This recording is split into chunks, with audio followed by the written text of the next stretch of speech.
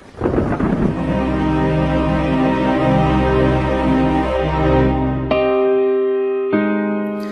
aquel tiempo la gente se agolpaba alrededor de Jesús para oír la palabra de Dios, estando él a orillas del lago de Genesaret. Vio dos barcas que estaban junto a la orilla. Los pescadores se habían desembarcado y estaban lavando las redes. Subió a una de las barcas, la de Simón, y le pidió que le apartara un poco de tierra.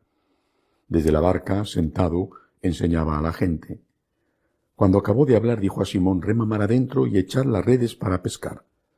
Simón contestó: «Maestro, nos hemos pasado la noche bregando y no hemos cogido nada, pero por tu palabra echaré las redes».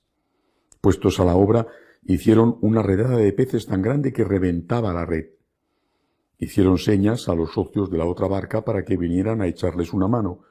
Se acercaron ellos y llenaron las dos barcas, que casi se hundían. Al ver esto, Simón Pedro se arrojó a los pies de Jesús, diciendo: «Apártate de mí, Señor, que soy un pecador». Y es que el asombro se había apoderado de él y de los que estaban con él al ver la redada de peces que habían cogido, y lo mismo les pasaba a Santiago y Juan, hijos de Zebedeo, que eran compañeros de Simón. Jesús dijo a Simón: «No temas, desde ahora serás pescador de hombres». Ellos sacaron las barcas a tierra y, dejándolo todo, lo siguieron. Palabra del Señor.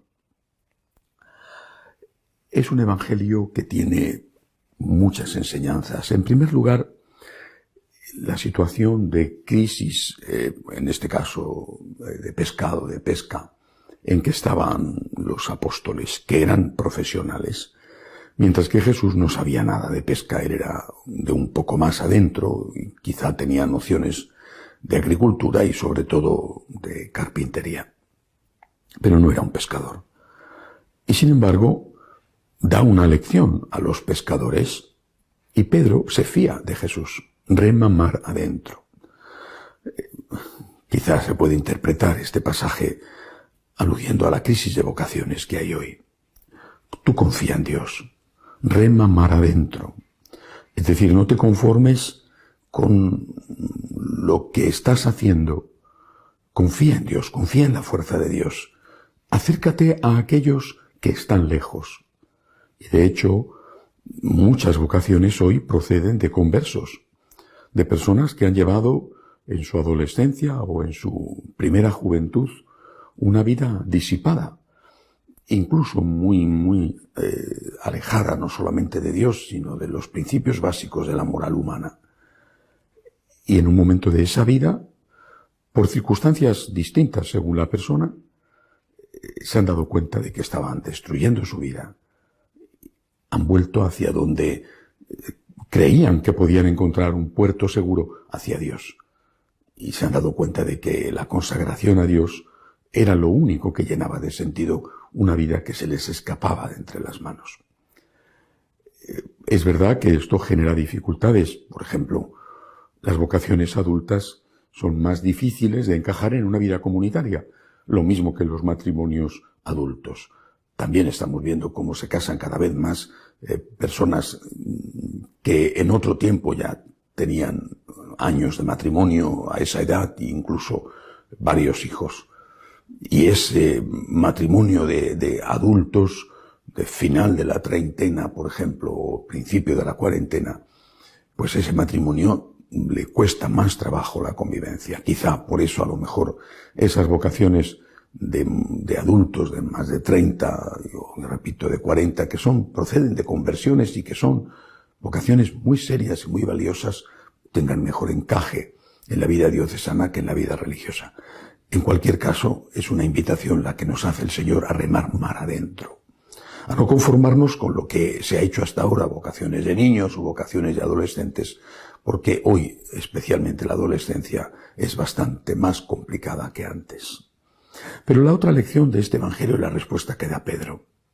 Delante del gran milagro, sabiendo que Jesús no tenía nociones de pesca, que no es que era un experto pescador, que conocía del lago de Galilea mucho más que él, el gran milagro que se produce lleva a Pedro a una reacción extraña.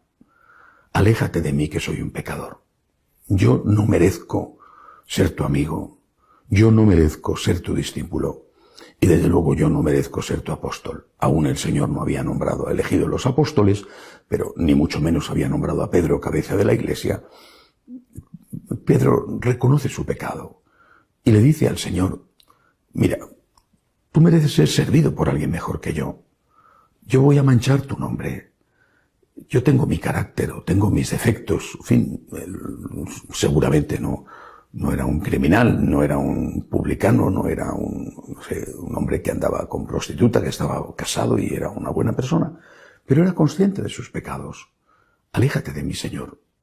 Aléjate, no te conviene que yo esté contigo, no te conviene. Y sin embargo, esa humildad de Pedro es lo que va a hacer que Jesús se fije especialmente en él y que termine, años más tarde, por nombrarle su sucesor al frente de la Iglesia. La humildad del pecador que sabe que es un pecador. Lo que el Señor va a rechazar es la soberbia de aquel que, siendo un pecador, no se da cuenta, que se considera superior a los demás y que piensa: yo lo merezco, yo valgo mucho. Qué suerte tiene Dios conmigo. Vaya negocio que ha hecho el día en que yo le conocí. Qué suerte tuvo el Señor de que yo decidiera ser su discípulo. En cambio, Pedro le dice: soy un pecador, no valgo nada, soy un pecador. Y esa humildad es precisamente lo que le hace valer, no sus cualidades, que sin duda las tenía, cualidades de liderazgo, ni su cultura, que en eso tenía el hombre bastante poca, porque era un pescador, tenía mucha más, seguramente, cultura, pues un Mateo, el publicano. Pero lo que se fija Jesús en Pedro es su humildad. Reconoce que es un pecador. El Señor afortunadamente no hizo caso de la objeción de Pedro y confió en él. Esa humildad le llevó a confiar en él. Hagamos nosotros lo mismo. Señor, yo soy un pecador. Empiezo por ahí, soy un pecador que no te merece. Pero cuando nos encontramos con otros que son pecadores como nosotros, más o menos, lo que tenemos que hacer no es echarles en cara en su pecado, sino invitarles a que hagan una conversión. Eres un pecador, pues como yo, ya somos dos. Vamos a acercarnos juntos al Señor. Que el Señor es capaz de hacer contigo lo mismo que conmigo, obras grandes, aunque seamos pecadores. Que así sea.